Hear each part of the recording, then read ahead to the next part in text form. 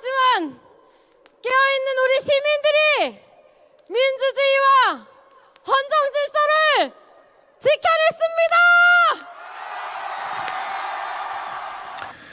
네, 무력을 앞세운 계엄에 맞서 가장 평화로운 방식으로 민주주의와 헌정 질서를 지켜낸 건 다름 아닌 국민이었습니다.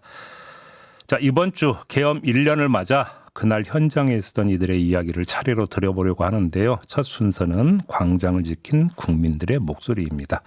탄핵 집회의 사회를 맡았던 분인데요. 조금 전 음성의 주인공입니다. 이지현 참여연대 사무처장 전화 연결하겠습니다. 나와 계시죠? 네, 안녕하세요. 안녕하세요. 이렇게 선언한 게 윤석열 탄핵소추안 가결된 직후죠? 그날 네. 선언이시죠? 네, 12월 14일이었습니다. 아마 많은 분들이 기억하실 것 같은데요. 네. 들으니까 저도 갑자기 마음이 울컥하네요. 사실. 1년 네. 전인데. 네, 1년 그때를 전인데. 그러니까 돌아보면 어떠세요? 와, 최근에 이제 저희 1년 맞아서 참여연대에서도 이제 1년 다시 돌아보면서 여러 가지 행사들, 기념 사업들 하고 있는데, 네. 너무 새록새록하고 벌써 1년이야 이런 생각이 들어요. 진짜 빨리 그런 거 지나간 것 같아요. 진짜 예. 빨리 지나간 것 같고, 특히 12월 14일은 뭐 저 개인적으로도 잊을 수 없고, 많은 시민들이 워낙 그때 저희 집회로만도 200만 시민이 함께했다. 뭐 전후로 그 정도 인원이 모였던 적은 없었던 것 같아요. 정말 시민들이 이제 초반에 예. 이 탄핵 소추안마저 처리 안 되면 어떡하나라고 하는 분노와 우려를 가지고 나왔던 그 날이었는데, 예. 그날 이제 저는 그날이 이제 정말 많이 생각나고 한강 다리를 도보로 건너서 정말 시민들이 오셨거든요. 네네. 그래서 국회 앞에서부터 저희가 아마 쭉 다니면서 이제 저희 활동가들이 체크해봤을 때 색강역까지 거의 9호선 이렇게 늘어섰던 정말 사방으로 정말 발 디딜 틈이 없을 만큼 시민들이 오셔서 그때 이제 막 다 쏟아내셨었죠. 그날이 생생합니다. 당시 네. 이제 이 집회를 주도했던 게 비상행동이었고 1,700여 개 네. 시민단체가 이제 모인 연대기구였잖아요. 근데 네. 그 12월 3일 직후부터 약 4개월 동안의 활동을 통계로 이렇게 정리를 하셨다고 들었는데 네. 그 기간 동안에 광장에 나온 시민들 연인원이 얼마나 되는지 쭉 한번 집계내셨어요? 네, 저희가 집계 일단 그때 1차로 냈던 게 12월 3일 내란 일어나고 123일이에요. 네. 123일 동안 파면될 때까지 연인원 1,000만 명 정도 시민들이 집회에 참여를 했었고요. 예. 서울에서만 당시에 이제 국회 앞에서 탄핵소추안 처리될 때까지는 매일 국회 앞에서 집회가 11일간 있었고 그 뒤로는 이제 토요일을 중심으로 주요한 사안이 있을 때는 이제 평일도 열리고 했었는데 67번. 그러니까 123일 동안 67번이니까 이틀에 한 번꼴로는 서울에서 이제 집회가 열렸고 서울뿐만 아니라 주요 광역 기초까지 해서 한 100여 곳 이상에서 집회가 열렸었습니다. 네. 그러니까요. 돌아보면 참 그 새로운 현상들도 많이 있었어요. 보통 집회 현장에서 흔히 불리는 이른바 민중가요 말고 K-팝이 나왔고 응원봉이 등장을 했고 음식 나눔이 있었어요. 자, 이런 새로운 현상들이 어떤 의미가 담겨 있다고 이렇게 진단을 하세요? 제가 생각할 때는 집회에서 이제 청년들과 함께 저희도 함께 했던 기억들이 저는 한동안 좀 없었던 것 같은데 워낙 이제 큰일이 닥치고 보니까 그동안 특별한 접점이 없었던 세대, 뭐 집단, 성향의 사람들이 모일 수 있었던 것 같고 내가 이 자리에 함께 이제 할 수 없는 여건이더라도 내 마음을 보태겠다 이런 마음으로 진짜 많은 지원이 있었어요. 뭐 선결제 다 기억하실 거예요. 그럼요. 뭐 선결제, 푸드트럭, 난방트럭, 뭐 각종 물품들 진짜 부족함이 없을 만큼 광장이 그랬던 것 같아요. 그리고 또 하나 좀 짚어볼 수 있고 싶은 것은 평화롭고 평등한 광장을 만들겠다 이런 취지에서 노력을 굉장히 비상행동에서 많이 했는데 그러한 노력이 그러니까 혐오 차별 같은 그 자체로 나쁜 것 이뿐만 아니라 광장이 안전해야 집회도 확장성을 갖게 되고 지속 가능하다라는 것을 시민들 모두가 더 깊이 이제 생각하는 계기가 됐던 것 같고 그래서 이제 안전한 곳이구나 이곳이 그래서 이제 청소년 청년들이 더 많이 나오게 됐다라는 그 뒤에 이제 연구 조사 결과들도 있습니다. 그래서 그런 모두의 노력들, 그러니까 각자가 자신의 자리에서 할 수 있는 그 자신의 몫을 찾아서 최선을 다해서 그 몫을 해내는 그런 광장이었고 이게 연대였고 참여였다 이렇게 저는 생각을 합니다. 그 이제 광장의 연대를 말씀을 하셨으니까 맞불 집회도 많이 있었어요. 특히 이제 헌법재판소로 탄핵소 추원이 넘어가서 탄핵 심리가 열리는 중에는 상당히 이제 맞불 집회가 격렬하게 벌어지기도 했었는데 네. 비상행동 차원에서 이거 지금 어떻게 이 맞불 집회를 대해야 되는 것인가, 뭐 기준이라든지 원칙이라든지 행동 지침이라든지 혹시 이런 게 있었던 건가요, 당시에? 집회 현장에서도 많이 안내를 드렸던 기억이 있는데, 일단은 이제 부딪히지 않는 걸 원칙으로 했었죠. 네. 실제로 이제 대열의 말미에는 이제 조금씩 이렇게 부딪히는 경우들이 있었거든요. 와서 네네. 시비를 걸기도 하고, 뭐, 음흠. 문제 제기를 하면 이제 서로 감정이 격해서 이제 오고 가는 이제, 뭐, 고성이 있고 이런 경우들도 간혹 있었는데, 네. 네, 그렇게 하지 마시라. 그래서 저희 이제 준비하는 입장에서는 뭐 집회 장소, 시간, 행진의 이 동선, 심지어 스피커의 방향까지도 되게 세세하게 체크해서 이제 부딪히지 않도록 일단 하는 게 많은 분들이 나오시기 때문에 일단은 좀 안전한 집회가 돼야 된다는 게 있었고 네. 그 당시에 이제 변호사들이 인권침해 감시단이라는 걸 운영을 했었어요. 그래서 네네네. 집회가 진행되는 동안에 극우 세력의 이 집회 뭐 방해를 예방하고 대응하고 이런 활동들을 좀 자임해서 해주셔서 집회 현장 쭉 돌면서 혹시라도 이제 이렇게 충돌이 있으면 뭐 그 과정에서 좀 이렇게 제지도 하고 같이 좀 대응도 하고 좀 말리고 이런 활동들도 좀 진행을 했었습니다. 서부지법 폭동 사태가 발생이 됐을 때 이런 일까지 발생할 거라고 혹시 조금이라도 생각을 해보셨었어요? 전혀 정말 생각을 못했죠. 저는 서부지법 폭동이 진짜 저는 그 4개월 동안 정말 되게 충격적인 일이고, 네. 좀 입에 지금도 올리는 게 참 그런데, 네, 저는 이제 그 현장에서 벌어졌었던 법원을 상대로 한 어떤 뭐 이런 폭력행위나 뭐 이런 욕설 뭐 이런 것들도 굉장히 충격적이었지만, 사실 더 충격적이었던 것은 그러한 행위들을 엄호하고 지지하는 사람들 중에서 정치인들이 있었다는 거예요. 네네네. 예, 여당 정치인들이 사실 나서서 이제 그 일을 했는데 저는 그게 훨씬 더 충격적이었던 것 같아요. 그래도 이 공동체 내에서 책임을 맡고 있는 사람들이잖아요. 근데 그런 분들이 그런 행위를 했다라는 것이 저는 그게 정말 더 충격적이었고, 네. 이거는 뭐 그 이후에라도 지금 내란 뭐 청산의 과정 중에 있지만, 이후에라도 그 부분과 관련해서는 정말 분명히 짚고 넘어가야 되는 문제다. 공동체의 책임 있는 일원으로 지켜야 했던 선을 완전히 넘는 행위였다. 저는 그게 또 더 한편 또 큰 충격이었어요. 알겠습니다. 그 윤석열 전 대통령을 비롯한 이 내란을 모의 실행했던 사람들에 대한 재판이 이제 진행이 되고 있는데 이 주간 내란 재판 리포트라고 하는 것을 계속 내셨다고 들었어요. 그러니까 계속 이제 재판을 네. 모니터링해서 이제 그걸 보고서에 담으신 거잖아요. 그렇죠. 어디에 초점을 맞춰서 좀 재판을 이렇게 모니터하셨던 거예요? 초점은 이제 내란죄 범죄 혐의가 제대로 증명이 되고 있는지 또 재판은 공정하고 신속하게 진행이 되는지를 중심으로 봤고 무엇보다 이 내란 재판에 이 지켜보는 눈이 있지 않으면 안 되겠다 이런 생각이 들어서 사실 재판이 일주일에 몇 번씩 있거든요. 그렇죠. 그거를 이제 저희 적은 인력이 이제 들어가서 다 방청을 한다는 거는 사실 현실적으로는 굉장히 어려운 일이고 그래서 이제 모두 다 하지는 못했지만 매주 이제 한두 차례는 가서 주요 재판을 모니터링을 하고 또 이제 저희 단체만 이걸 다 감당하기는 어려워서 하는 단체들이 또 있어요. 뭐 민변 뭐 군인권센터 있고 또 언론인들과도 좀 일정하게 협력을 통해서 재판 진행 과정들을 좀 보면서 상황들을 현장에서 진짜 벌어지는 상황들에 대해서 밖에서 얘기할 수 있는 그런 조건을 만들어야겠다 이런 생각이 좀 많이 있었습니다. 윤석열 재판 같은 경우는 초기에는 공개가 안 됐잖아요. 그때 그 우리 사무처장님이 직접 지기현 부장판사한테 재판 공개해야 되는 거 아니냐라고 문제 제기를 직접 하셨다고 들었는데 그때 지기현 부장판사 반응이 어떻던가요 그때? 당황했던 것 같아요. 제가 이때가 언제냐면 김용현 노상원 재판이 5차례 연속으로 비공개가 됐던 때였어요. 그래서 저희가 야, 이제 더는 지켜볼 수가 없다. 이렇게 되면 재판에서 어떤 증언이 나왔고 어떤 사실관계가 검증되는지 알 수가 없다. 예, 그리고 협의가 제대로 입증되는지도 지금 알 길이 없는데 이 시민들이 알 권리가 너무 침해되고 이렇게 되면 이제 내란 재판에서 관심이 점점 이제 멀어지게 되는 거죠, 시민들이. 그렇죠. 이게 가장 우려스러워서 적극적인 대응이 필요하다는 생각을 했고, 그날 이제 또 비공개를 한다면 그 자리에서 이의 제기를 해야겠다라고 사실 작전을 짜고 들어갔어요.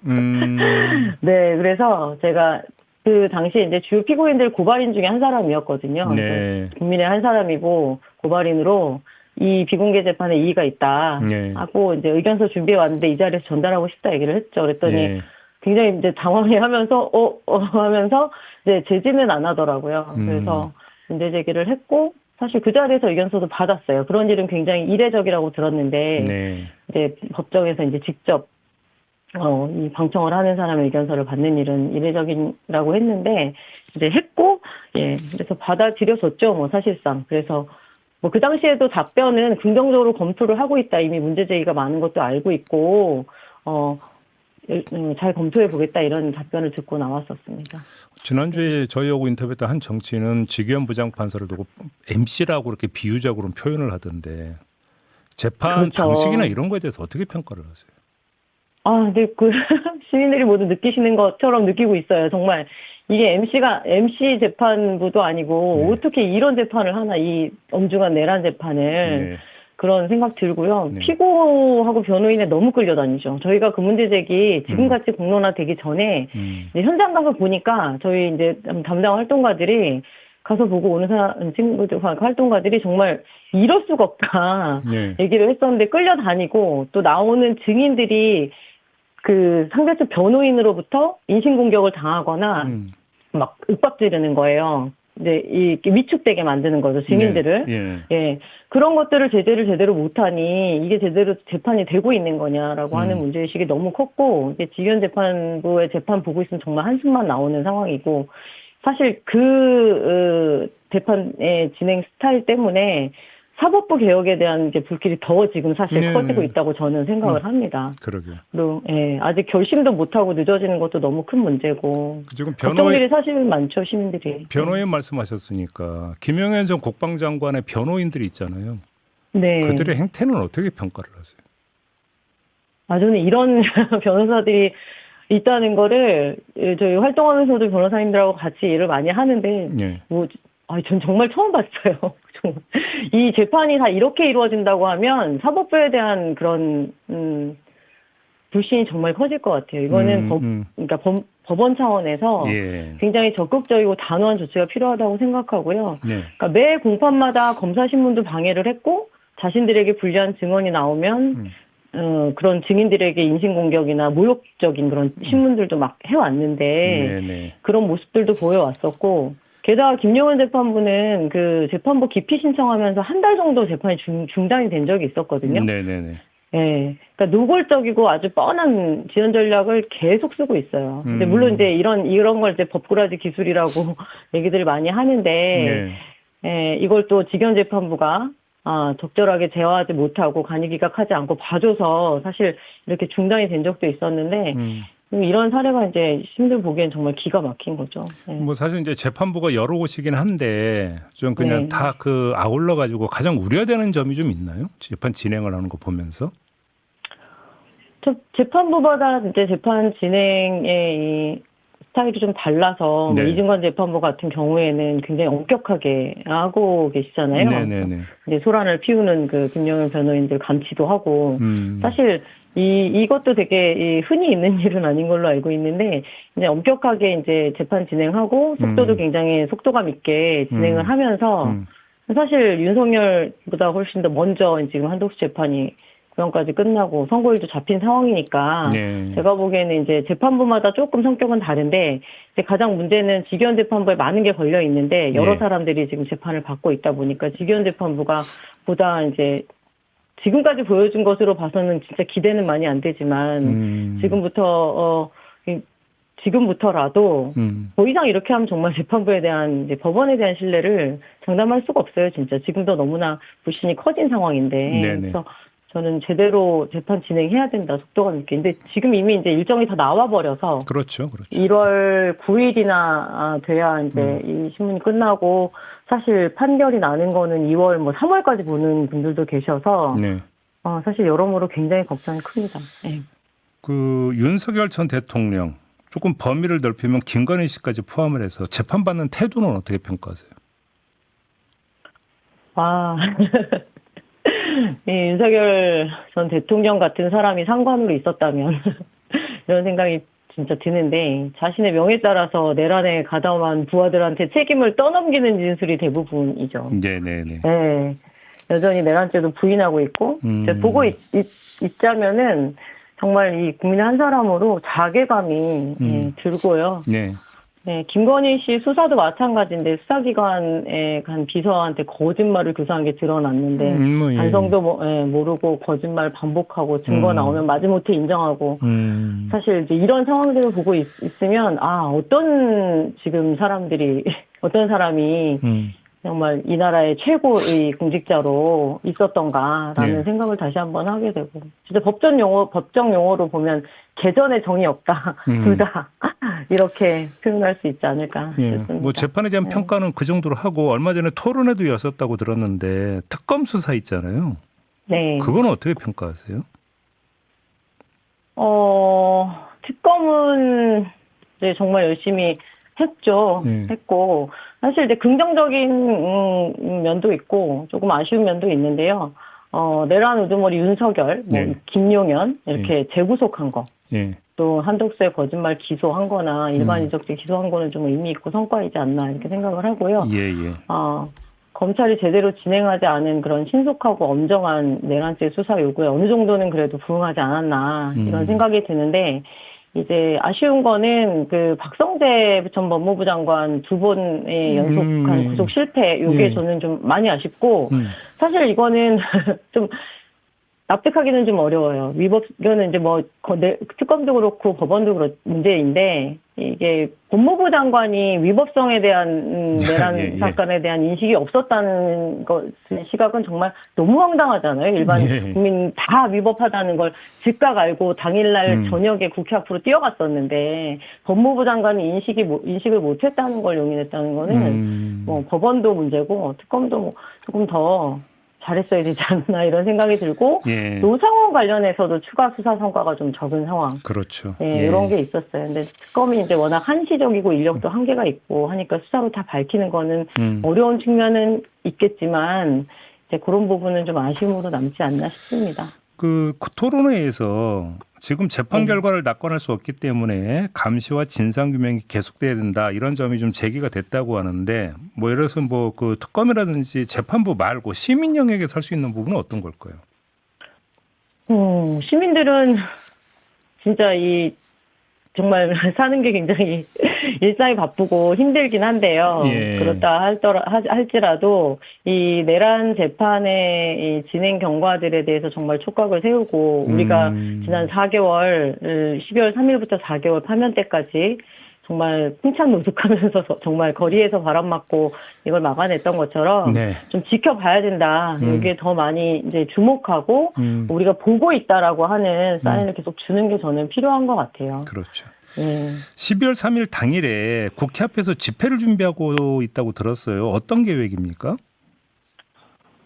일단 12월 3일 저녁 7시에 시민대행진이라는 이름으로 저희가 4개월 동안 시민대행진이라는 이름으로 집회를 했었었는데 요 준비가 되고 있고 비상행동은 사실 이제 파면된 이후에 6월에 이제 해산을 했어요. 여기는 연대기구다 보니까 해산을 하고 기록기념이라고 하는 이제 수임기구만 남겨놓고 그간의 활동, 그러니까 시민들의 활약상 이런 것들을 잘 지금 기록하고 정리하고 이제 백서도 만들고 온라인 기념관도 열고 이런 준비를 하고 있는데 여기가 이제 1년 딱 맞았을 때의 기념 집회는 해야 되겠다 해서 수임을 받아서 준비를 하고 있는 겁니다. 근데 이제 예상했었지만 12월 3일 이제 1년이 돼도 1심이 끝나진 않았을 가능성이 높다라는 생각은 그때도 했었어요. 그래서 그 상황 보면서 기조를 좀 잡자고 했는데 지금은 이제 힘을 많이 붙여서 내란범이면 내란범에 맞는 처벌을 받아야 되는 것이죠. 네. 징역 선고를 받아야 되고 예. 그 과정에서 흔들림이 없어야 되고 내란의 이제 진상의 규명과 뭐 재발 방지의 목소리를 더 높여야 된다. 이런 이제 목표로 아마 하게 될 것 같습니다. 온라인 기록관이나 백서도 준비하고 계시는 거군요. 네, 그러니까 그거는 내년에 이제 오픈하게 될 것 같아요. 내년 초쯤에. 내년 한 봄쯤에 내년. 자료가 너무 많아 전국에서 사실 수집해야 되고 네. 저희 뭐 영상으로 구술까지 다 하면서 기록을 하고 있어서 예 그쯤에 이제 하게 그러면 될 것 그 같아요. 기록은 시민 저항의 중심을 둔 기록 이렇게 이해를 하면 되는 걸까요? 네. 파면 아마 그 즈음이 되지 않을까 싶습니다. 파면 선고일. 예. 아, 예. 4월께 되지 않을까 싶어요. 그래서 이제 거리에서 광장에서 시민들이 어떻게 그렇죠. 저항을 했는지 그것들을 네, 좀 온전히 맞습니다. 담아낸 기록이다. 네. 그러면 온라인 기록관이면 그 이제 온라인을 통해서 보면 돼. 백서 같은 경우는 어떻게 그러면 배포하실 계획이 있어요? 그것도 아마 저희가 많이 찍을 예정인데 전국에 보내드려야 되고 네. 도서관 같은 데도 좀 보내드려서 보실 수 있도록 이렇게 할 예정이고요. 네. 또 온라인에서도 백서는 보실 수 있도록 같이 병행해서 만들 거예요. 그래서 이제 직접 소장하고 싶으신 분들이 이제 받아보실 수 있는 것도 일부 있겠고 온라인으로도 확인하실 수 있고 그렇게 알겠습니다. 준비하고 있습니다. 네, 오늘 말씀 여기까지 들을게요. 고맙습니다. 네, 고맙습니다. 네, 이지현 참여연대 사무처장과 함께했고요. 많은 분들이 지금 댓글로 그날을 좀 기억해주고 계시는데 린주님은 광장을 지킨 사람들이 있어서 시민들이 모일 수 있었습니다. 고맙습니다라는 이런 댓글을 달아주셨고 우리 단골이죠. 엽기토끼님 저는 제주도에서 귤 가지고 올라오신 분하고 아기들 버스해 주신 분 많이 기억나요라고 댓글 달아주셨는데 저도 기억이 납니다. 저희하고 직접 인터뷰도 했던 분들이고요. 그다음에 윤석열 체포를 외치면서 그 폭설이 내리는 그 와중에 음박담요를 뒤집어 쓰고 끝까지 연주를 했던 그때 키세스단이라고 불렸던 그 시민들하고 인터뷰했던 것도 저는 지금 모두 생생히 기억을 하고 있는데요. 사실 내란을 진압할 수 있었던 최고의 주역은 누가 뭐라고 해도 바로 우리 시민들이다. 우리 시민들의 민주 역량은 정말로 대단하다. 이런 생각을 다시 한번 해보게 됐습니다. 여러분들이 바로 주인이었습니다. 이 점 강조하면서 2부는 이렇게 마무리하겠습니다.